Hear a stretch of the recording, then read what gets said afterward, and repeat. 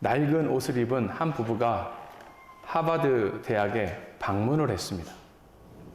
이 노 부부가 하버드에 방문한 이유는 총장님을 만나고 총장님께 어떤 제안을 하기 위해서 간 거예요.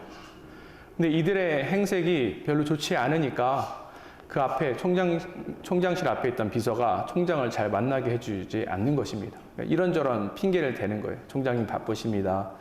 어포인트먼 안 하셨으니까 기다리셔야 돼요. 몇 시간 동안 이 노 부부가 그 자리에서 떠나지 않고 기다리는 것을 보고 어쩔 수 없이 이 비서가 총장님을 만나게 해줬대요. 근데 총장님이 이 노 부부를 보는데 낡은 옷을 입고 허름한 옷을 입고 오시니까 별로 이렇게 반가워하지 않았습니다. 자기의 시간을 뺏는 귀찮은 사람이라고 생각한 거예요. 그래서 물어봤습니다. 왜 오셨어요? 그랬더니 이 부부가 자기 아들이 하버드 대학을 다녔었는데 1년 동안 다녔었는데 학교를 너무 좋아했었다. 근데 불의의 사고로 먼저 하늘나라에 가게 됐고, 그래서 우리 아들이 너무 이 학교를 좋아하니까 이 학교에다가 이 아이를 기념해서 기념물을 하나 세우고 싶어서 왔다. 이렇게 이야기했습니다. 총장님이 하시는 말이 하버드 졸업생이 많은데 다 그렇다고 자기 죽고 나서 자기 기념물을 학교에다 세우면 이건 학교가 아니라 공동묘지가 되는 거 아닙니까? 이렇게 이야기했다라고 해요. 그래서 이 노부부가 뭐라고 얘기하냐면 그런 단순한 기념물이 아니고 건물을 짓고 싶습니다. 이렇게 이야기했다 합니다. 그런데 이 총장님이 보시기에 이 허름한 옷을 입은 부부가 그 건물을 지을 만한 돈이 없는 것 같아 보여서 아예 그냥 제안을 거절하기 위해서 이 하버드 대학 짓는데 돈이 얼마나 많이 드는지 아십니까? 이렇게 물어보면서 이 전체가 750만 불 정도 됩니다. 이거 지으실 수 있어요? 이렇게 여쭤봤어요. 그랬더니 이 노부부가 하는 말이 아니 학교를 짓는데 750만 불 밖에 안 됩니까? 라고 이야기하면서 이 두 부부가 얘기하는 게 그러면 우리가 가서 그냥 대학 하나를 지읍시다. 그러고 캘리포니아 팔로알토에 가서 우리가 잘 아는 스탠포드 대학을 이 부부가 세웠다라고 합니다. 하버드 대학 총장도 그렇고 그 비서도 그렇고 이 허름한 옷을 입은 이 노 부부가 누군지 알았더라면, 이분이 누군지 바로 알았더라면 기회를 얻을 수 있었는데 이 총장도 그렇고 이 비서도 그렇고 이 허름한 노신사가 누군지 몰랐기 때문에 기회를 잃어버린 거예요. 오늘 본문에 나오는 예수님의 질문도 비슷합니다. 예수님께서 지금 제자들에게 자신이 누군지 아느냐고 물어보는 거예요. 너는 내가 누군지 아느냐? 너희는 내가 누구인지 제대로 아느냐? 예수님이 누구십니까? 이제는 우리가 이 질문에 답할 차례죠. 예수님은 우리의 삶을 회복시키실 수 있는 하나님이시고요. 그래서 우리 예수님이 우리의 소망이 되십니다. 뿐만 아니라 우리에게 풍성한 은혜를 허락하시고 풍성한 은혜를 누리게 하시는 우리의 상급이 되십니다. 이런 예수님께서 우리 삶에 찾아오셔서 우리를 지금 초청해주고 계시는 거예요. 그렇다면 우리가 이 주님을 바로 알고 주님께 나아가야 되지 않겠습니까?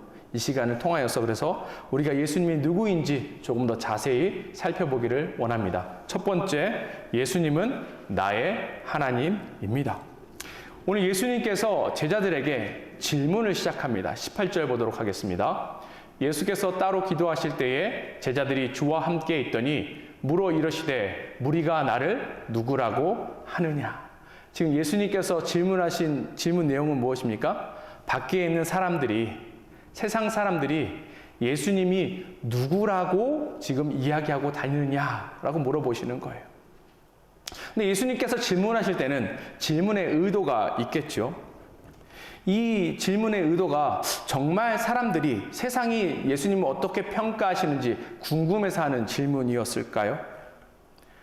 예수님께서 어떤 정보가 필요하셔서 세상에 좀 더 전도를 잘하기 위해서, 사람들을 더 잘 만나기 위해서, 사람들의 아픔을 더 잘 치유하기 위해서 궁금해서 이 모든 것들을 질문하셨을까요? 아닙니다. 19절 보도록 하겠습니다. 대답하여 이르되 침례 요한이라 하고 더러는 엘리야라, 더러는 옛 선지자 중에 한 사람이 살아났다 하나이다. 지금 제자들이 예수님의 질문에 뭐라고 대답하냐면 세상 사람들은 예수님을 침례 요한이라고 부릅니다. 어떤 사람들은 엘리야라고 부릅니다. 어떤 사람들은 옛 선지자 중에 한 사람이라고 부릅니다. 라고 이야기하고 있어요. 이 이야기를 종합해보면 세상이 지금 평가하는 예수님은 하나님의 사람입니다. 그렇죠? 선지자, 예언자 계열에 있는 하나님의 사람이에요. 그렇다면 이 평가가 나쁜 평가겠습니까? 좋은 평가겠습니까? 좋은 평가지요. 그런데 이것이 예수님을 다 설명할 수 있는가? 그것은 아니에요. 예수님께서 이제 제자들에게 다시금 똑같은 질문을 하십니다. 20절 보도록 하겠습니다. 예수께서 이르시되 너희는 나를 누구라 하느냐? 베드로가 대답하여 이르되 하나님의 그리스도이시니이다 하니. 제자들에게 동일한 질문을 했는데 이때 누가 대답을 하죠? 베드로가 대답합니다. 근데 베드로만 대답하는 것은 아니에요. 베드로가 제자들을 대표해서 이야기하는 것이죠. 그러니까 제자들의 대답이 되는 것입니다. 근데 베드로가 뭐라고 이야기해요? 예수님은 하나님의 그리스도이십니다 라고 이야기하고 있어요. 근데 평행 본문인 마태복음 16장 16절에는 조금 더 자세하게 표현이 나와 있습니다. 함께 보도록 하겠습니다. 시몬 베드로가 대답하여 이르되 주는 그리스도시요 살아계신 하나님의 아들이시니이다. 누가복음에서 단순히 하나님의 그리스도이십니다 라고 이야기했는데 그 뜻이 무엇인가 하면 예수님은 메시아이실 뿐만 아니라 예수님은 하나님이십니다 라고 지금 베드로가 정확하게 대답하고 있는 것입니다. 그렇다면 왜 세상 사람들과 베드로의 대답이 달랐을까요? 같은 질문에 대한 응답이 서로 다른 이유가 있습니다. 예수님과의 경험이 어떠냐에 따라서 이 대답이 달라질 수밖에 없는 거예요. 우리가 잘 알다시피 처음 이 베드로가 예수님을 만났을 때를 한번 생각해 봤으면 좋겠습니다. 누가복음 5장 5절 상반부 보도록 할게요. 시몬이 대답하여 이르되 선생님 우리들이 밤이 새도록 수고하였사오되 잡은 것이 없지만은. 우리가 이 내용을 잘 알고 있죠. 베드로가 밤새 고기를 잡았는데 고기를 단 한 마리도 잡지 못하게 되는 것입니다. 밤새 노력하고 이렇게 저렇게 애썼는데 베드로는 단 한 마리의 물고기도 잡을 수 없었다라는 것입니다. 이 베드로의 직업은 어부였습니다. 낚시가 취미가 아니에요. 우리가 낚시하면 주로 이제 취미 생활을 생각하는데 그것이 아닙니다. 베드로에게 있어서 이 일은 그의 직업이에요. 그의 생계와 관련되어 있는 것입니다. 그가 고기를 잡지 못하면 그의 삶이 어려워지는 거예요. 그의 가정이 어려워질 수밖에 없는 것입니다. 그러니 이 베드로는 지금 사활을 걸고 이 모든 것들을 하고 있었는데 어떻다는 거예요? 그날은 허탕입니다. 그날은 아무런 성과가 나타나지 않게 된 것이죠. 우리도 종종 경험하는 부분 아닙니까? 우리가 무엇을 목표로 삼고 열심히 합니다. 우리 삶에 어떤 변화가 필요해서, 어떤 모멘텀이 필요해서 열심히 애쓰고 힘쓰고 노력하고 어떤 기대를 갖고 막 나아가지만 그게 되지 않을 때가 너무나도 많다는 거예요. 너무나도 많다는 거예요. 실망스러운 순간이 우리 삶에 종종 찾아옵니다. 그럴 때 여러분들의 마음은 어떠세요? 계속해서 그런 일들이 반복되고 실패와 좌절과 낭망이 반복되는 그 순간에 우리의 마음은 어떻습니까? 이런 순간에 우리는 무엇을 해야 할까요? 우리 삶에 어려움이 찾아오죠. 우리 삶에 고통이 찾아옵니다. 우리 삶에 계속해서 문제가 있어요. 이것을 누가 해결해 줄까요? 이것을 해결해 주실 수 있는 분은 단 한 분밖에 없어요. 그분이 누구십니까? 바로 예수님이시죠. 누가복음 5장 4절, 5절 한번 보도록 하겠습니다. 말씀을 마치시고, 예수님이에요. 예수님께서 말씀을 마치시고 시몬에게 이르되 깊은 데로 가서 그물을 내려 고기를 잡으라. 지금 이 베드로가 실패하고 있는 상황 가운데 예수님께서 솔루션을 주신 거예요. 5절 보도록 하겠습니다. 시몬이 대답하여 이르되 선생님 우리들이 밤이 새도록 수고하였을 때 잡은 것이 없지만은 말씀에 의지하여 내가 그물을 내리리이다. 지금 베드로는 절박한 상황 가운데 있는 것이죠. 그러니까 예수님께서 저기에다가 우편에다가 그물을 던지라 할 때 그 말씀에 순종한 거예요. 그랬더니 어떤 일이 벌어집니까? 6절 보도록 하겠습니다. 그렇게 하니 고기를 잡은 것이 심히 많아 그물이 찢어지는지라. 얼마나 많은 고기를 잡게 됐으면 그물이 찢어졌다라고 지금 성경이 표현하고 있는 것이죠. 베드로는 예수님을 만나서 반전의 결과를 얻게 된 거예요.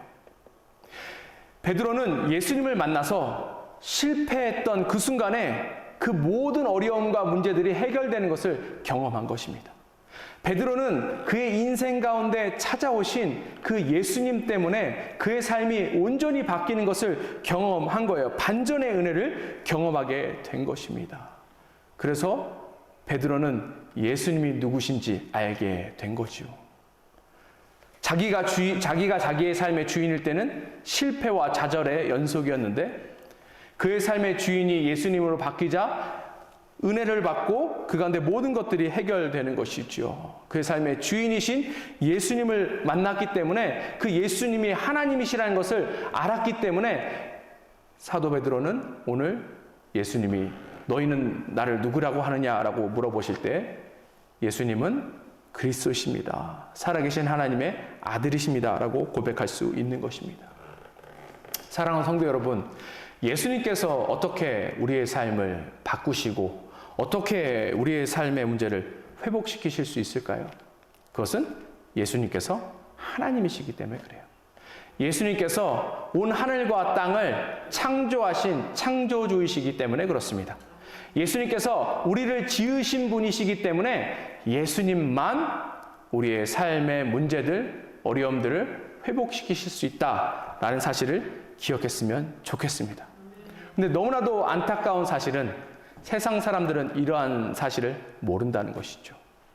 그래서 그들이 보기에 그들에게 예수님이 좋게 대하니까 예수님은 선지자구나, 예수님은 그냥 좋은 사람이구나, 선한 사람이구나 라고밖에 고백할 수 없게 되는 것입니다. 세상 사람들은 그냥 예수님에 관련된 소문만 듣기 때문에 예수님을 온전히 경험할 수 없기 때문에 예수님 앞에 예수님을 하나님으로 받아들이며 나아갈 수 없는 거예요. 반면에 우리는 예수님께서 하나님이시라는 사실을 잘 알고 있지요. 그러니 우리가 그 하나님이신 예수님 앞에 더욱더 가까이 나아가야 합니다. 우리가 예수님과 더 많은 시간을 보내고 더 예수님과 교제하면 교제할수록 우리가 예수님에 대해서 더 알아갈 뿐만 아니라 예수님께서 우리 삶 가운데 더욱더 풍성한 것을 주시고 우리가 그것을 경험하며 나아갈 수 있는 것입니다. 우리가 우리의 시간을 떼어서 우리의 열정을 다하여서 더욱더 하나님 앞에 나아가 예수님께서 주시는 이 모든 것들을 날마다 누리고 경험하며 나아갔으면 좋겠습니다.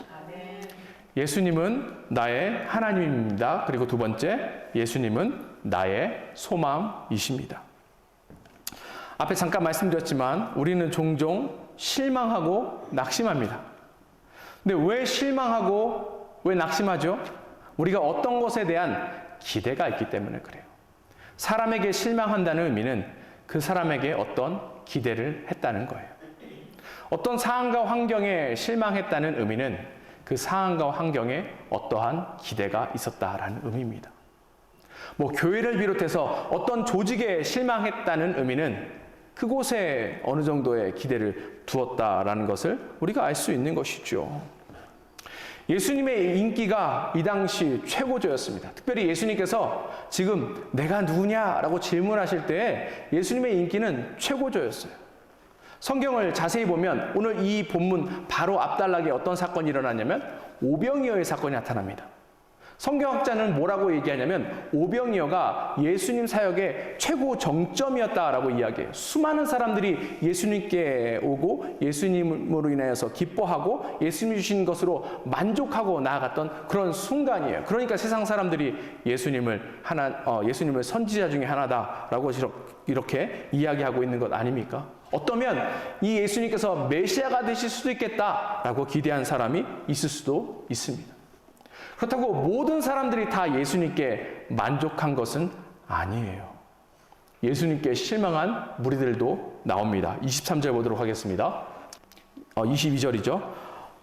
이르시되 인자가 많은 고난을 받고 장로들과 대제사장들과 서기관들에게 버림받아 죽임을 당하고 제3일에 살아나야 하리라 하시고, 지금 예수님을 미워하고 싫어하는 무리가 나옵니다. 장로들, 그 다음에 대제사장들, 서기관들. 이 세 그룹은 예수님을 미워하고 싫어하는 그룹입니다. 그런데 저는 다르게 표현하고 싶어요.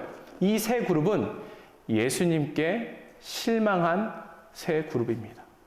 예수님에 대한 기대가 있었는데 실망한 사람들이다라는 의미예요. 여기 본문을 보니까 이 세 사람들이 예수님을 버렸다라고 지금 표현하고 있죠. 근데 이 버린다라는 이 원어의 의미가 무엇인가 하면 어떤 일을 면밀히 조사하고 심사숙고한 뒤에 거절해버린다라는 의미가 있습니다.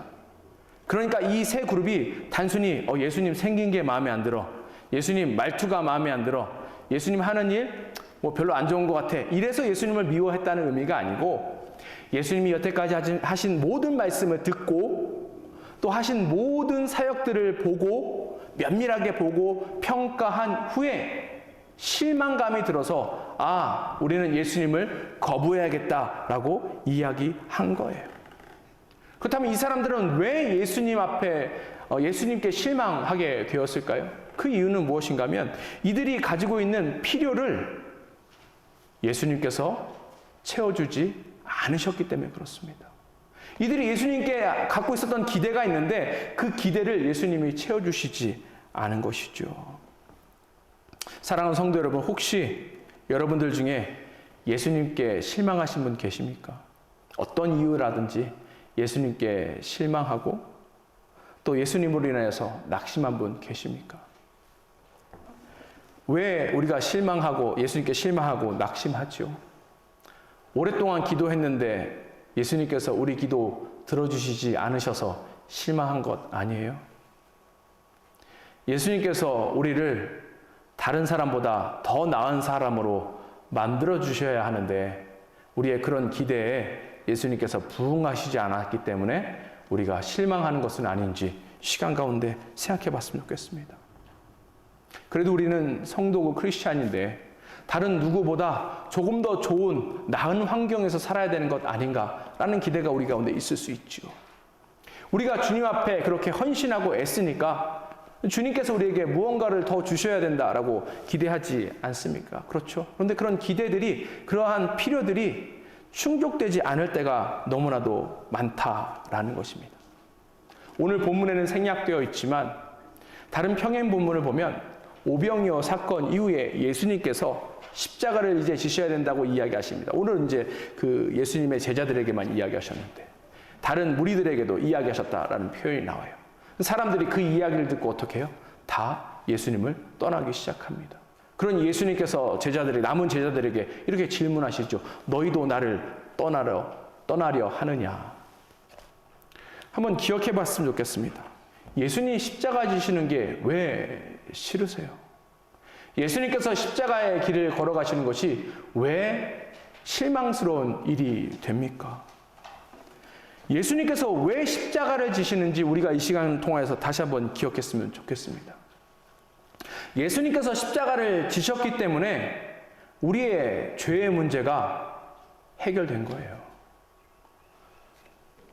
우리의 사망의 문제가 해결된 것입니다. 죄로 인해서 우리가 받게 될 모든 저주가 예수님께서 십자가에서 못 박혀 돌아가심으로 인해서 해결되게 된 것입니다. 그러니 예수님께서 가신 이 길은 우리에게 은혜를 주시기 위한 그 길임을 기억했으면 좋겠습니다. 뿐만 아니라 예수님께서 그 길을 가시는 것이 쉬운 일이 아니죠. 예수님은 고난을 당하신 것입니다. 우리 대신 아픔을 겪으신 거예요. 하나님의 모든 진노의 잔을 예수님께서 혼자 받아 드신 것입니다. 예수님께서 우리를 위해서 이 모든 것들을 했다라는 사실을 기억하며 나아갔으면 좋겠습니다. 그래서 궁극적으로 이 예수님의 십자가를 통해서 우리는 무엇을 얻었어요? 생명을 얻었죠. 그것도 영원한 생명을 얻게 되고 또 하나님의 자녀가 돼서 하늘나라의 복을 누리며 살아가게 되는 것입니다. 전에 한번 말씀드렸지만 저희 아버지가 암으로 먼저 하늘나라 가셨습니다. 그때 그것을 놓고 얼마나 기도했는지 몰라요. 그런데 저의 기도에 하나님께서 응답하시지 않는 것처럼 보였어요. 그래서 저희 아버지가 먼저 하늘나라 가셨죠.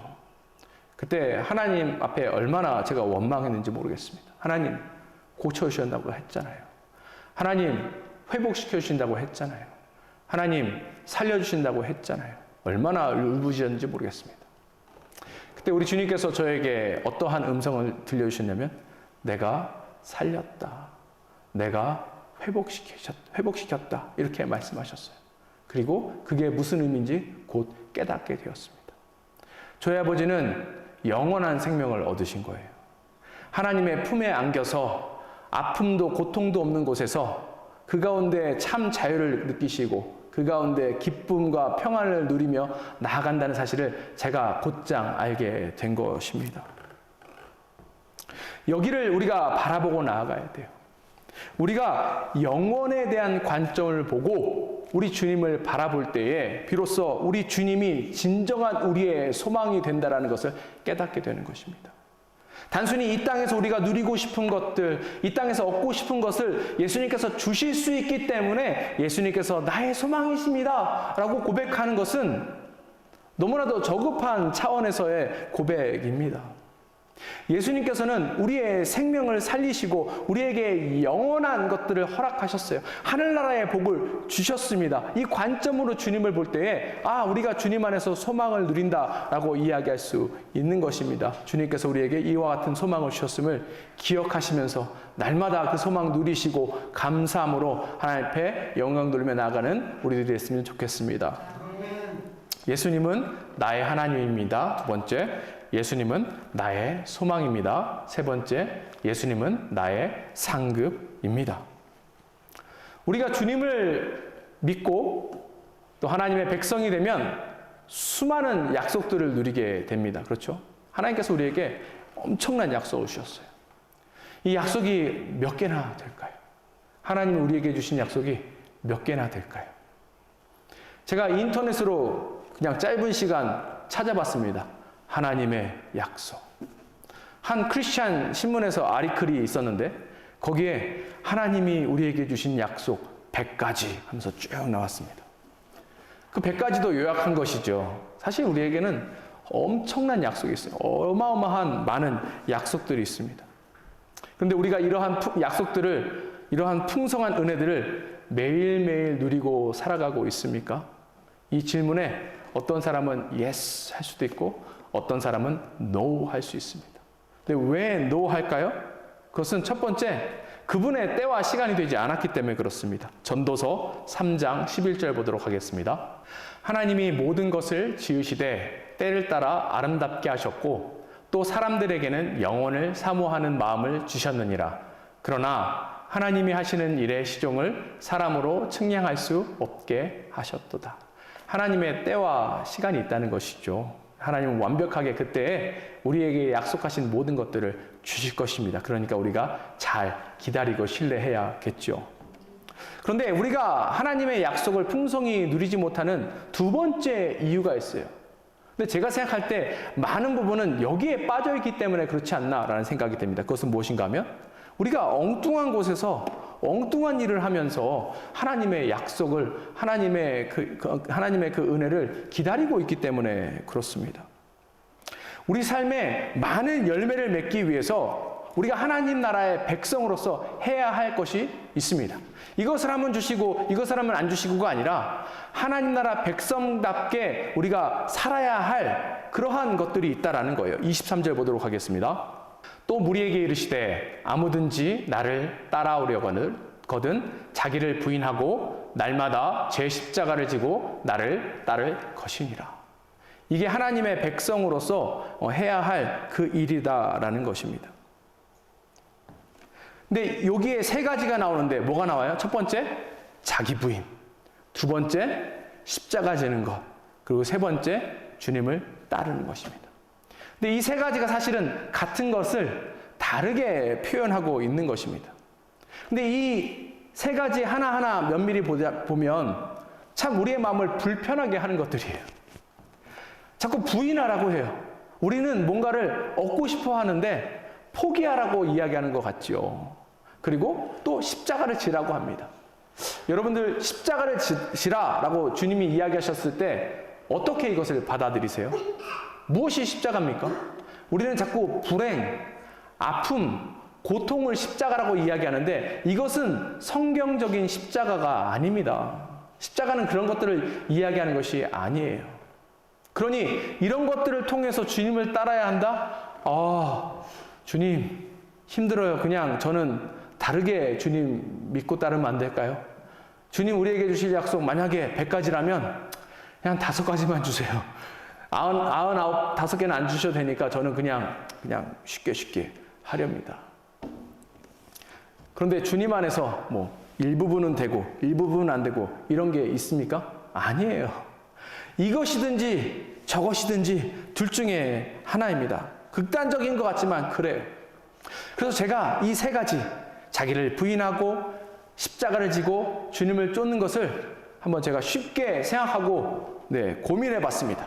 그 결과 이것을 어떻게 표현하면 되냐면 우리가 우리 삶에 열매를 맺기 위해서 가지치기 해야 된다라고 표현하면 딱 알맞겠다라는 생각이 듭니다. 그렇죠?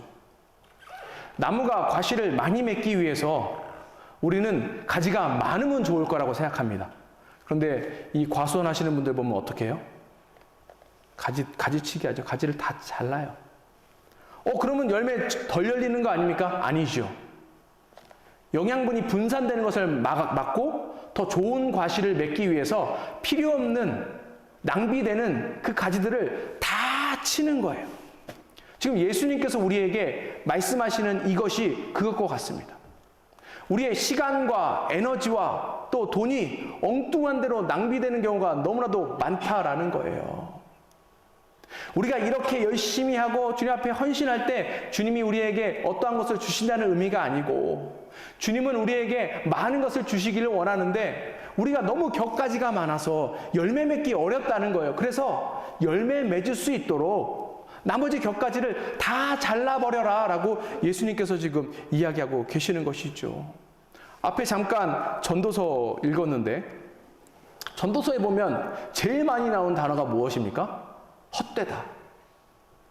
솔로몬이 이야기하죠. 헛되니 모든 것이 헛되도다. 그냥 헛되다 하면 되지. 헛되니 모든 것이 헛되도다. 얼마나 헛되면 그 말을 계속해서 반복하겠습니까? 우리 삶을 주의하라는 거예요. 우리는 헛된 인생을 살 경우가 많다라는 것입니다. 헛된 일을 하는 경우가 너무나도 많다라는 거예요. 근데 이 전도서에 나오는 헛되다라는 단어의 의미가 무엇인가 하면 수증기, 안개, 입김 이런 뜻입니다. 눈에 보이는 것 같지만 신기루와 같은 거예요. 금세 없어져요. 실체가 아니라는 것입니다. 이게 허무예요. 이게 헛된 거예요. 근데 우리는 움켜쥐지도 않는 그것을 찾아서 그것을 움켜쥐려고 애쓴다는 것입니다. 대부분 우리는 우리의 시간을 통하여서 이 사라질 것에 집중하는 거예요. 우리 시간과 열정과 돈과 이 모든 것들을 이것을 위해서 애쓴다는 거예요. 그러니 당연히 우리 삶에 열매가 나타나지 않겠죠. 25절 보도록 하겠습니다. 사람이 만일 온천하를 얻고도 자기를 잃든지 빼앗기든지 하면 무엇이 유익하리요? 열매 맺는 삶이 유익한 거예요. 허물을 따라가는 삶은 유익하지 않다라고 이야기하고 있습니다. 오늘 예수님을 거부한 세 그룹이 있다라고 이야기했죠. 장로들, 대제사장들, 그리고 서기관들입니다. 이 사람들이 예수님께 실망한 거예요.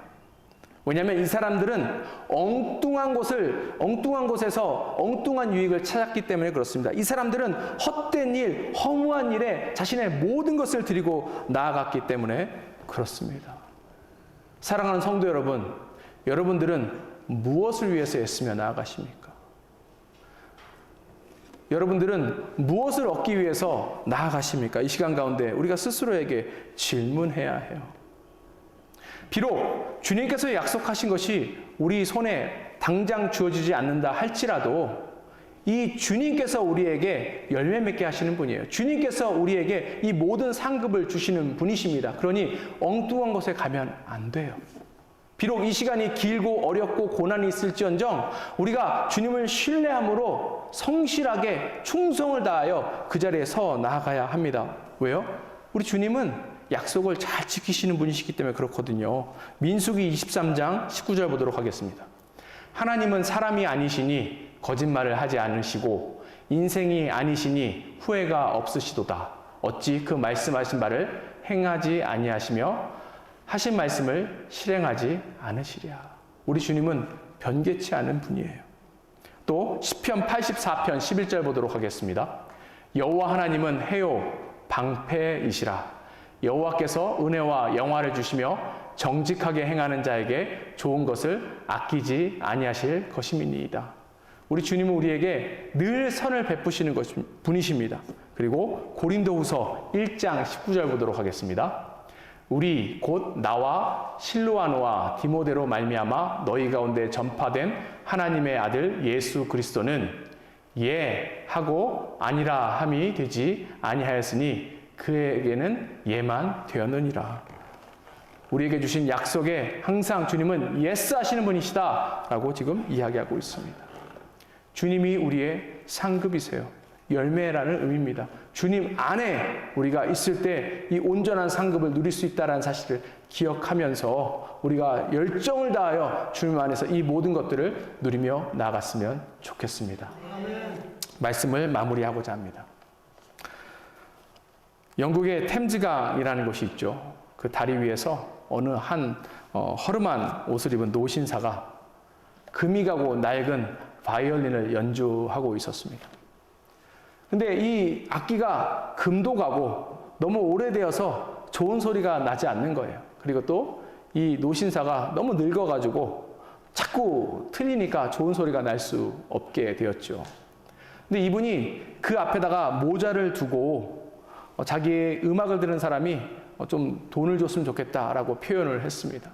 그런데 그 모자에 돈을 넣는 사람이 너무나도 없었어요.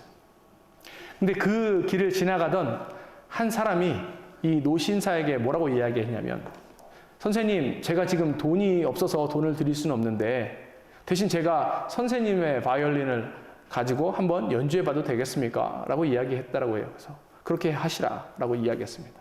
이 사람이 막 연주를 시작했는데 이 연주가 너무 아름다운 거예요. 좀 전까지 금이 가고 낡은 바이올린이었기 때문에 아름다운 소리가 나지 않는다라고 사람들은 생각했는데 엄청 아름다운 연주를 계속해서 한 것입니다. 사람들이 좋아하기 시작하고 사람들이 그 모자에다가 돈을 넣기 시작했습니다. 근데 이 사람이 누군가 하면 천재적인 바이올리니스트 파기니라는 분이었어요.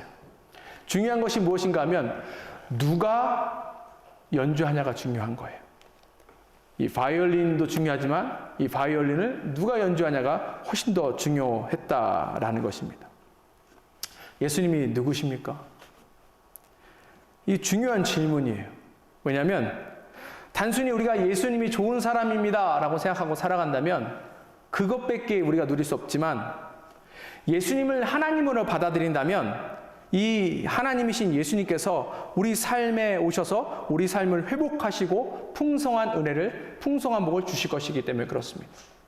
우리가 우리 삶의 주인이 되면 많은 열매 맺기 어렵지만 예수님께서 우리의 삶의 주인이 되시면 우리 삶 가운데 아름다운 일들이 계속해서 일어나기 때문에 우리가 예수님이 누군지 알고 온전히 받아들이고 나아가는 것이 너무나도 중요합니다.